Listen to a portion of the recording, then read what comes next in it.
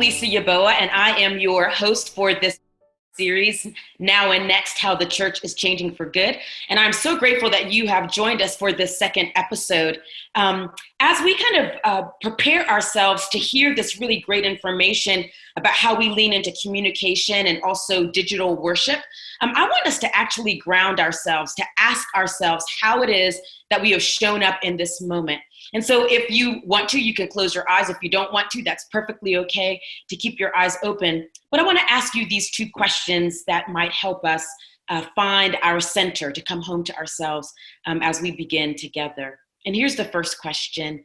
What do you need to let go of in order to be present to this moment? Maybe there's an email that's still looming that you need to send. Can you just let that go? Maybe you're still thinking about Sunday worship, the things that you wish you could have changed. Maybe this is the moment to let it go.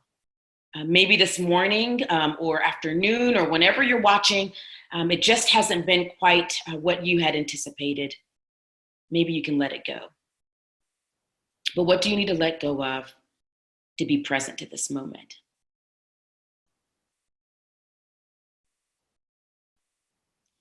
And here's a second question. We all come with expectations. We all come wanting something. And God says, seek first the kingdom of God and everything else will be added. So what do you want from this moment? What do you need from this moment?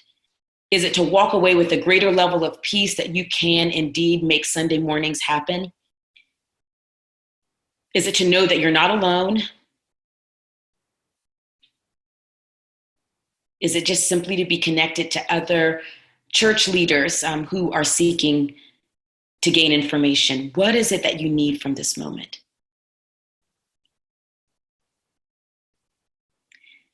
And here's our great hope, that in letting go and also in wanting and hoping that the information that we're going to share with you this day is going to turn into transformation that will bless your life and the lives of those that you serve. Well, friends, if you missed our first episode, which goes over the survey of over 1,000 church leaders, you can watch it on demand at amplifymedia.com/now-and-next so that you can kind of see that information that was curated where we have gotten these statistics. In that survey, more than 70% of those who filled out that survey said that your top concern was producing an alternative to in-person worship. And over 60% of you said that you were concerned with how to communicate and stay connected with your community during this pandemic.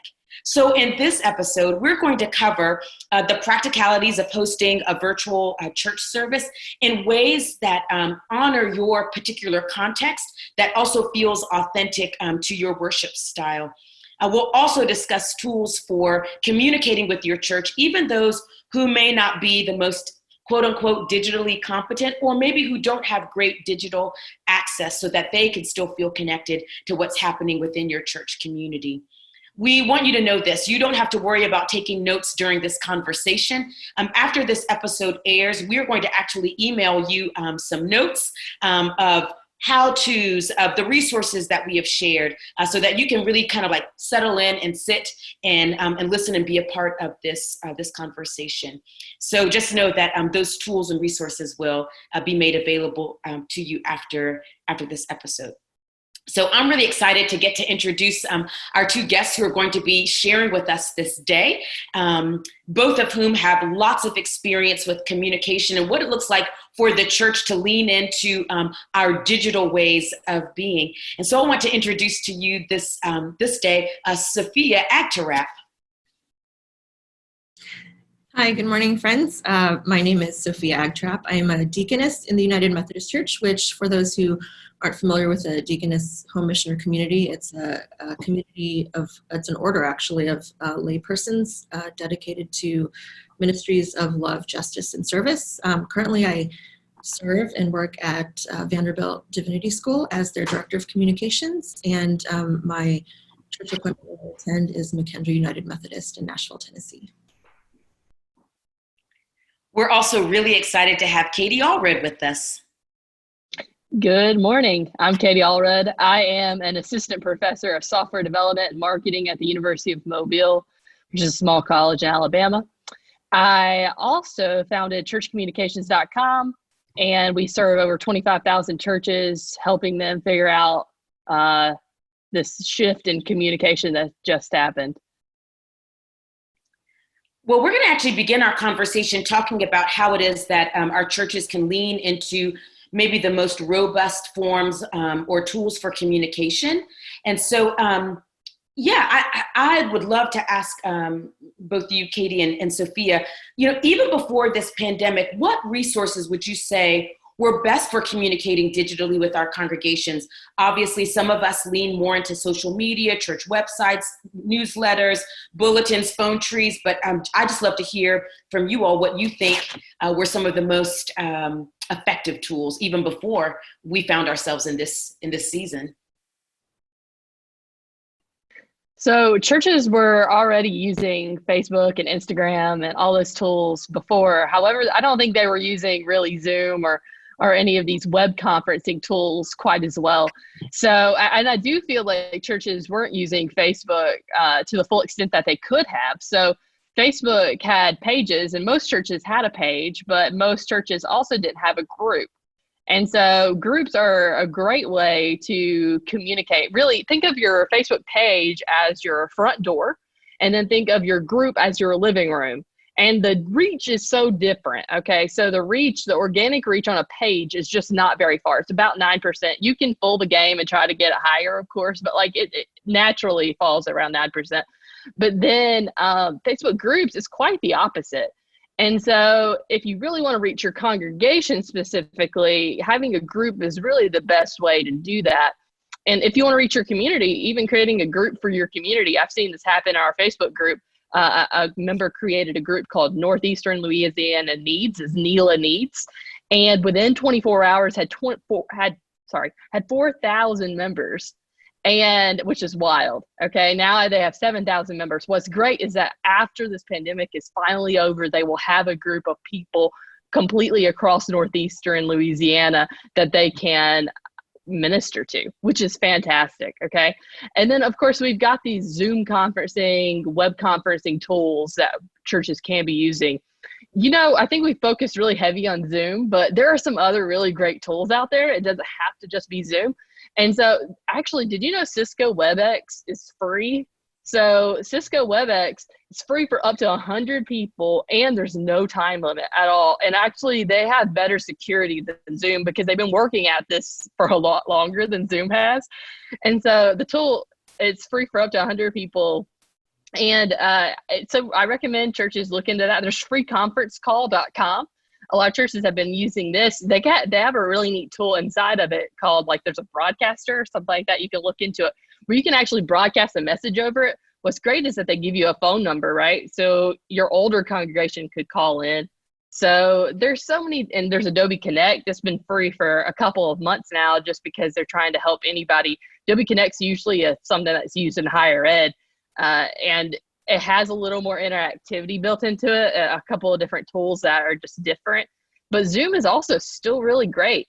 And you can do straight to Facebook Live, which is really fun. So if you wanted to, you could do a panel, right, of like missionaries or a panel of deacons or something like that, and have them all speak to your congregation and to your Facebook group or your Facebook page. And there's a lot of options. I'll just add to that. I think Katie brought up a number of tools that churches had used and continue to use, and I think we're feeling the stretching of the system that Zoom is unable to perhaps hold, right? And seeing and experiencing some situations that we didn't necessarily anticipate, like Zoom bombing and other things that we perhaps didn't plan to put security measures in place. I will also add to that list Google Hangouts. I think Google has created a nice suite of tools for both education communities as well as nonprofits and others who just want like a suite of services that are sort of all interconnected. So, you can share Google Docs and your Google Drives and things like that, but then also use Google Hangouts depending on how large the group is that would like to meet. And in the same way that Zoom and other companies have opened up their services or expanded the services that are offered for free or very reduced cost. Google has done the same thing. So I would add that to the list of services to take a look at. And then in terms of what churches were doing before, I think the ways that we thought about communication in this particular way perhaps were thought of more as a one-time thing. So we're going to, perhaps we're going to live stream or share more broadly a special worship service or an anniversary or sort of the big church holidays, but they weren't necessarily thought about in sort of the larger context of how we do ministry, what we think about engagement and sustained communication. So though we might have had church newsletter, or we might have, posted somewhat regularly on Facebook, the idea of groups, I think, is coming back into popularity as a way to have our reach sort of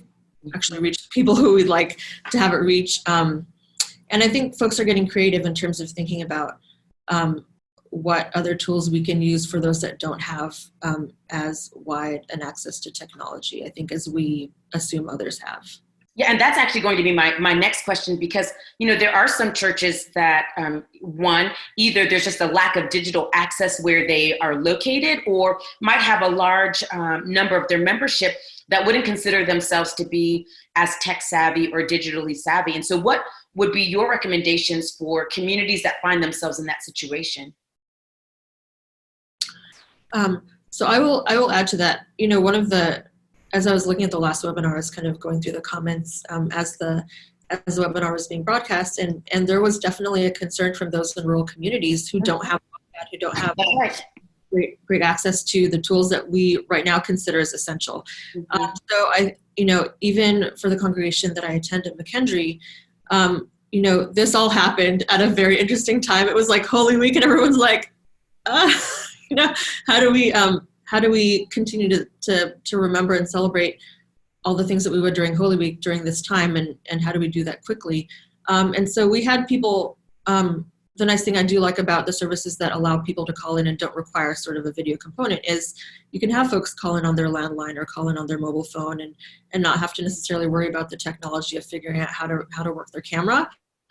And so always having a component that allows as broad access to what you're offering as possible, I think, is not only shows that, for me, it's an issue of hospitality, right? When you don't consider access, and that's not just access to technology, but access in terms of like visually. One thing I really love about what Katie is doing with church communication stuff is if you go to their website, even the accessibility pieces that are built into the site allow you to, as someone who comes in who might have some visual impairments, who might have some auditory concerns, that is accessible. And so for me, it's very much an issue of hospitality and welcome if you can make sure that what it is you're offering to people can be accessed in multiple ways. Whether that means we're going to mail you a copy of the order of worship or the bulletin, or I think we can get creative in this moment, and I think it shows that we do actually care for everyone and not just the people who have access. Mm-hmm.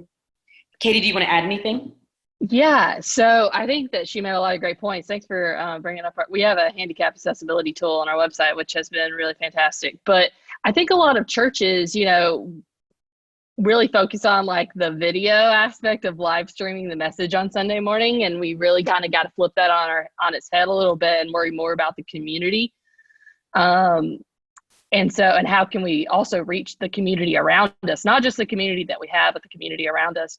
And so, figuring out even people who don't have access, like my mom doesn't have internet access in rural Alabama.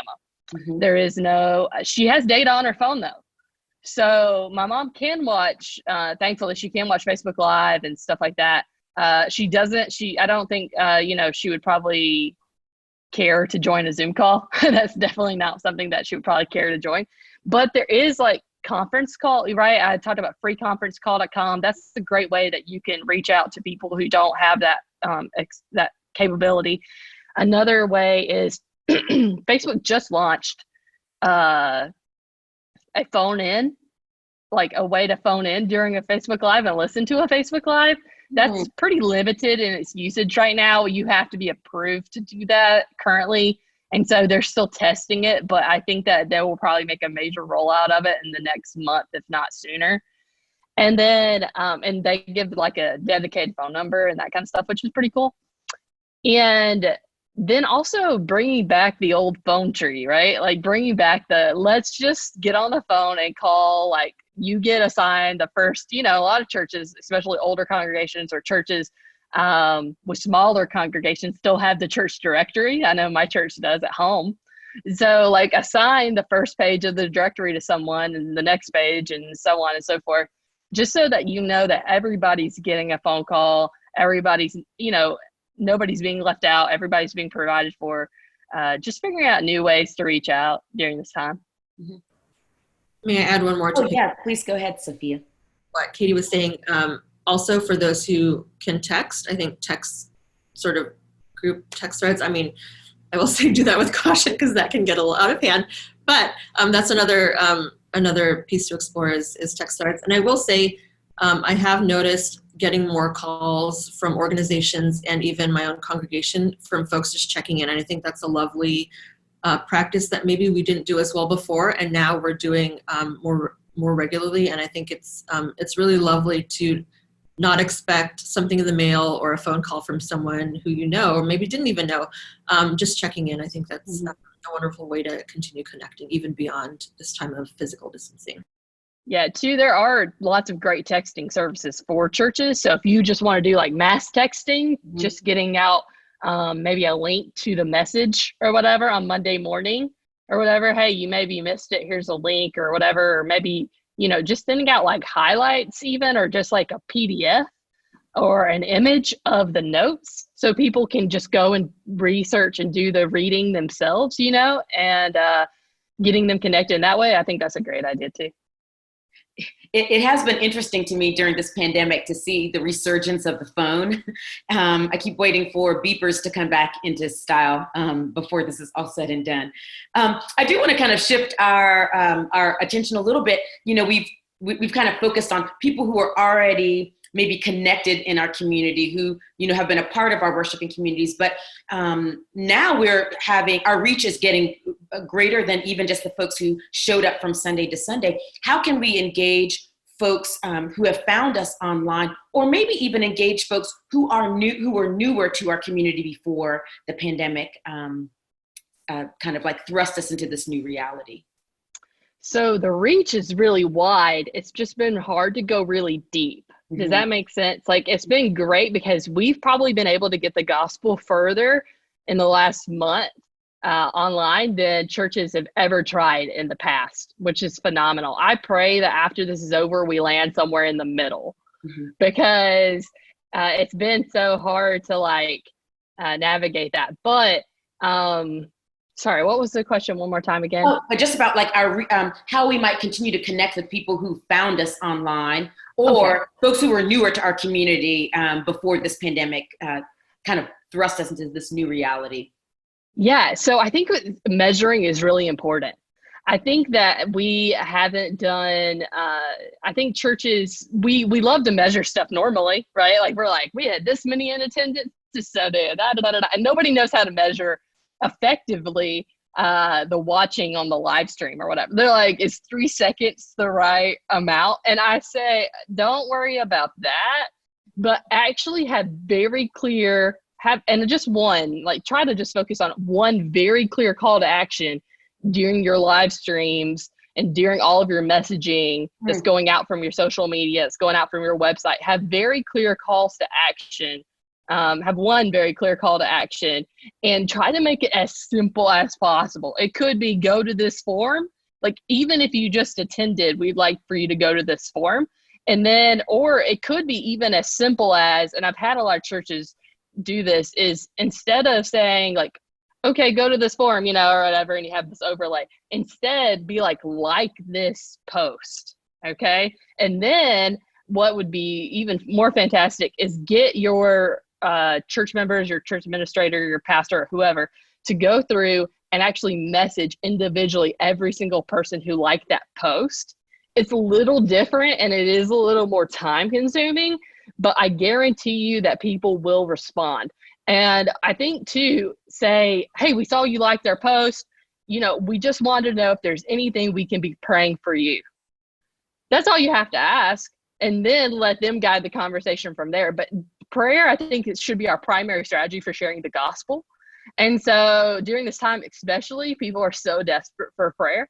So how can we engage people where they're at and be invited to do it, right? And so I think that just by messaging people who like our posts throughout the week, not just on Sunday morning, is just a good way to share the gospel and to get into your community groups. There are community groups across the nation, right? There's Voices of Saraland. I live in Saraland, Alabama. There's Voices of Saraland. And all I could do is post on there, what can I be praying for you today? Okay. And I guarantee you, I will probably have 100 people respond by the end of the day. And what is great is that, and what you should do is that you should write out your prayers, because people don't know how to pray. And they will use your prayer to model what their prayer should be, because people don't know how to pray during this time. They're having a hard enough time figuring out what to do with their own lives. And so I think the more we can model prayer and speak prayer over people throughout this pandemic, the better. So that's just a couple of ideas. Mm-hmm. Now, I just wanted to add a couple more. I think having the mindset that this is a temporary situation does not allow us to be fully present in what we're trying to do. So these might have come across as efforts that are, this is what we're going to do for now. And then when we get back to whatever the normal is going to be, we'll shift. And I think that's a mistake, because for however long we're going to be in this time, this is the moment that we're in. And to not think of it as a permanent situation, I think is a disservice to a lot of groups and a lot of things that we say we want to commit to and be about. And so I think this is a great time to actually put systems in place that might not have been in place before. So Katie was talking about, what practices are we going to put in place to engage people who have never shown up in the actual sanctuary, but have engaged us in this way, right? Which has shown enough interest that they would take the time to get on here. So what are we going to do with that? What is that process going to be like, whether we want to call it a system or a process of discipleship from the very first time they engage with us to they liked our page or they liked our post? How will we continue engaging with that person? What do we have in place beyond a Sunday morning broadcast to engage them? Is it going to be hey, we're just going to do trivia night here? Come, it's bring your family, bring your friend, or share the link with them. But what are those things that we're going to put in place so that they can still get a sense of the community that we have, so that whenever we do get to a point where we can be meeting and doing things together in person in the same building, that they've had a good introduction to who we're about. And so I think this is a great time to put those systems and processes in place. Yeah. Something that I just love about, Katie and Sophia, just your responses, is that you want, it's anchored and rooted in authenticity. This is not about bait and switch. This is not about how can we put on good marketing strategies. It's these are people's lives, and we want to communicate in a way that, as the church, Sophia, you use this term, we really are hospitable. That's what we exist to be, is literally to be the hands and feet of Christ, and our communication should reflect that. We're going to actually pivot. In fact, we're going to take a short break that you can hear a little bit more from our sponsor, Amplify Media, that is helping churches with some streaming services. And when we come back, we'll talk more about what it looks like to create authentic worship experiences using digital platforms.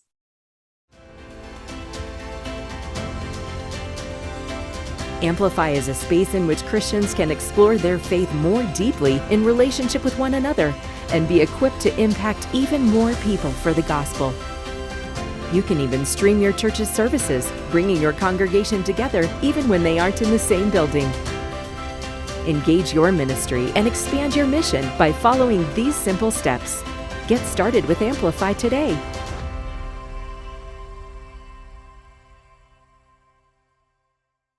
Friends, we're back. This second half, we're going to talk a little bit more about different platforms for digital worship and how to create authentic worship within our context. So I'm just going to jump right in here with this question. Most of us in our research found that we're using Facebook Live because that's obviously a a resource that was available to us all, and most of us have been using Facebook even before this pandemic. But I'd love to ask our panelists, what are the major differences or options between using Facebook Live or Zoom or YouTube or other online church platforms for kind of pushing out our digital worship? You should do it all and stress yourself out. No, just kidding. You should pick one, guys. Okay, just one, and go deep. Okay, so if it's Facebook Live, what is great is that Facebook changed it where you don't have to be a Facebook user in order to see a Facebook Live. That was an issue. Guys, you have no idea how many people I saw sign up that, like, my teachers, my retired high school teachers, joined Facebook during the pandemic because they wanted to see their church's live stream. And I was like, Miss Markovitz, why are you on here? And she was like, I just joined. And she was like, nothing like a pandemic to get you on Facebook, So she was like, I was so against it, but I had to watch. I needed to watch Sunday morning, and but they have changed that, so that's great. There is church online platform, there's YouTube Live, there's premieres. So premieres essentially simulate a live, which is great because then you can have like an edited broadcast and make it look really nice. And there was a premiere on both Facebook and on YouTube. If you use church online platform, you have to have a consistent streaming key. You can do a simulated live situation on church online platform. They do it for you, but it's a little more technical at best. And so if you don't feel like you have that technical expertise, do not stress yourself out about it. Feel like you need to be on church online platform. It's a free service offered by Life Church, but you really don't necessarily have to have it. Facebook Live offers the same situation, and it's a little easier. And so you can use a Facebook Premiere, right? And I know those have been struggling in the past couple of weeks where they've gone offline several times. So don't feel like you have to also have it simulated live.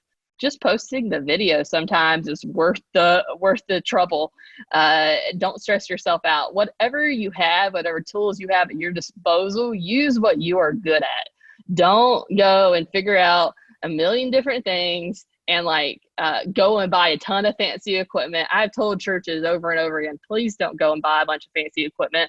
You need to save your money because there are people in your communities that need it. And so just figure out how you can do it as well, just for this time period. And then we can figure it out. Once you've gotten a good hang on or good grasp on the fundamentals, then maybe add a couple of different pieces along the way. But don't stress yourself out about all the different tools, all the different ways you can do it, for sure. 100%. I was sitting here because yes, all of that. And one of the things I think I would guess the advice that both of us would probably give to any church or organization that we consult with is just because they all exist, that doesn't mean you have to be on all of them. And the whole idea of picking one or two and going deeper with those, I think, is the best advice we could probably give to anyone. Is this is not a time to take on all the new things, learn all the new technology, and try to put together a perfect service. What you're doing is just making sure people are staying connected.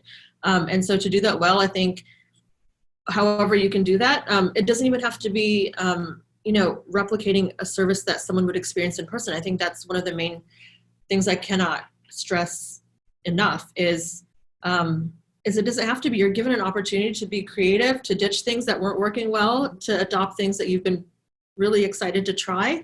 And so this is the moment to do that. And so if all you can do is have someone at your church split a few things together or piece together a few things, that is a brief message, maybe a song, minding copyright, right? And putting it together and broadcast, uploading it to Facebook Premiere, which I will say, I do love that option because you don't have to worry about managing a live stream, and you can chat with people at the same time. So you've got the content up there, but you're able to engage with people sort of on the side or in that thread.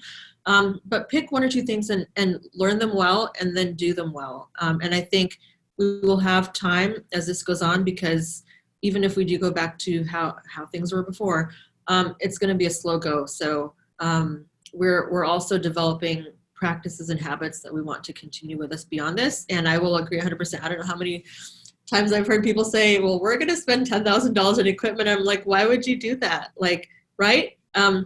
So think about what you have really found helpful during this time, what folks have found really encouraging about being able to connect in this way.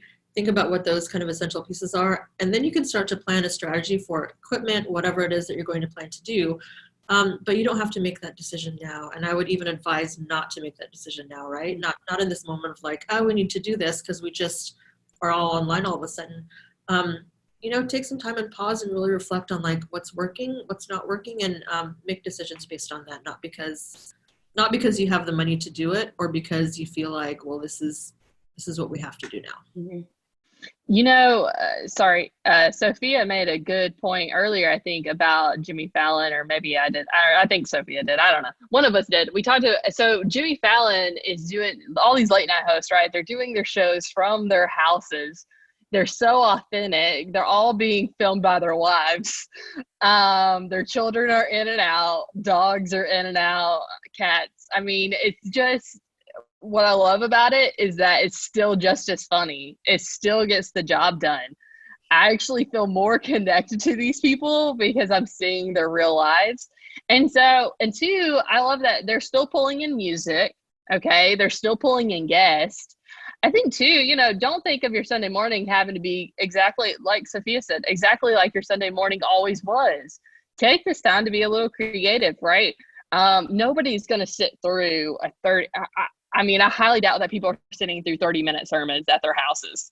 They're probably getting up, doing some dishes and listening or whatever, but like they are zooming in and out of consciousness. And so I think we've really got to learn how to consolidate our messages to really tweetable, like actionable things that people were like, that was a good point, right? So if we can just get down, like I would go through your message and just highlight the best points and be like, okay, how can I consolidate it to just these things? And then, and the reading of the word, I think is really good. And then two, bring in some guests. This is a great time. You can literally zoom in anybody that you want in the country right now. It doesn't just have to be your church family. So you can reach out to some people that you would love to talk to your church, because this is a great time. Everybody's sitting at home. But everybody has time. So like reach out to some different people. Reach out to missionaries. Reach out to I don't know, just anybody that you could think of, because really everybody has a lot of time, and not a lot of people are turning down stuff. So, think of it, you don't have to just think of it more like a talk show, right? Like what would you want during a talk show? Well, there's always a monologue, so there's a sermon, right? And then musical guest. Okay. So we've got worship. All right. And then have a guest, right? So you can break up the monotony a little bit and then go back into, a sermon, closing thoughts, a call to action, right? We really want that call to action. But I would recommend having that call to action throughout, even if it's an overlay, just because people will miss and they'll tune in and out the whole time. So if you can do an overlay of a call to action, be consistently, like even if it's just like this post, I think that would probably be great. So. Can I add one more thing? Yeah, Katie? please do, Sophia. Mm-hmm. Something. All the folks that are still going to their sanctuaries and recording, if that's what you want to do, I will not say that's fine, because if it poses a public health risk, then that's not fine, but especially for the sake of maintaining things as they were. So yeah, as Katie said, use this invitation, the lead from Saturday Night Live, from all the talk show folks that you're watching, that it's okay. We are in a pandemic, and this is not a time to make everything feel like business as usual, because it's not, so you're given license to record from your kitchen or wherever, because folks are doing the same thing. So I will say, don't worry about it being perfect or trying to recreate everything as it was, because it's not.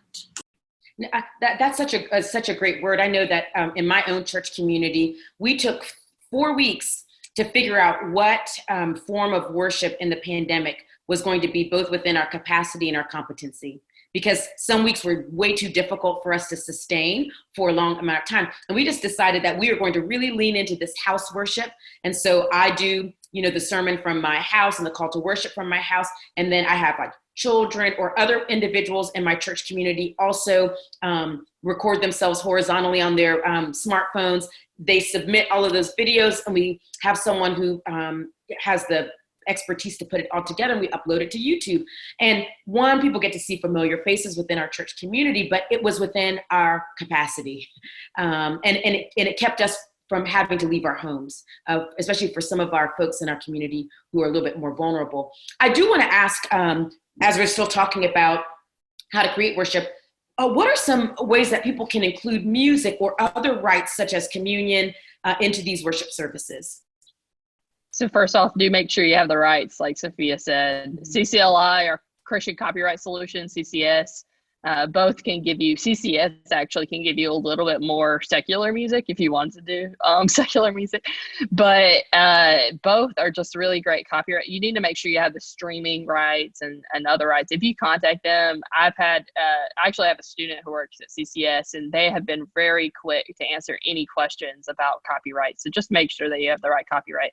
But two, sorry, can you repeat the question one more time? Yeah, just how you might include music or other rites of worship within the liturgy, like communion, into.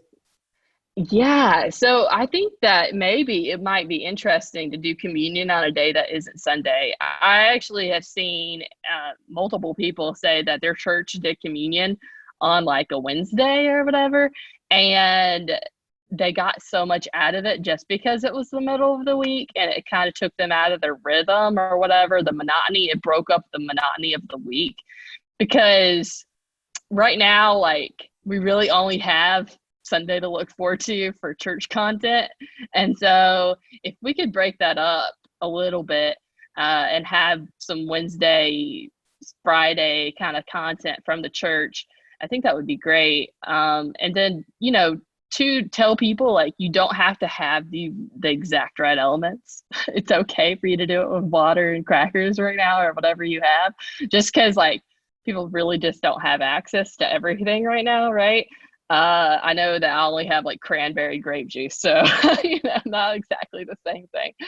But just figuring out new and creative ways. Yeah. I really love the idea of reminding people that church doesn't just happen on Sunday, and so to be able to offer content opportunities to engage throughout the week, I think is a beautiful practice, even when we're not gathering digitally, right? And then in the United Methodist Church, we have, I think we're split on how communion can and should happen digitally, but right, we have this idea of a love feast, and I think that is completely appropriate. And what I have loved about this, it's reminding people that we were instructed to, as often as you drink it, do this, right? Very ordinary things. And how, I don't know how much more simple we can make that sort of theological task or concept. Is literally every time we gather, we're doing this together. And we are not just remembering, but we're remembering, right? Taking separate pieces and putting them back together. And so how beautiful is that, to think that anytime you have dinner or breakfast or share a snack together, that we're doing that. And I think that's just a beautiful image of. This is so helpful. I definitely want to make sure I get to this question, and that is, how can we share worship with individuals in our community who may not be online, whether they just don't have the access or they choose not to?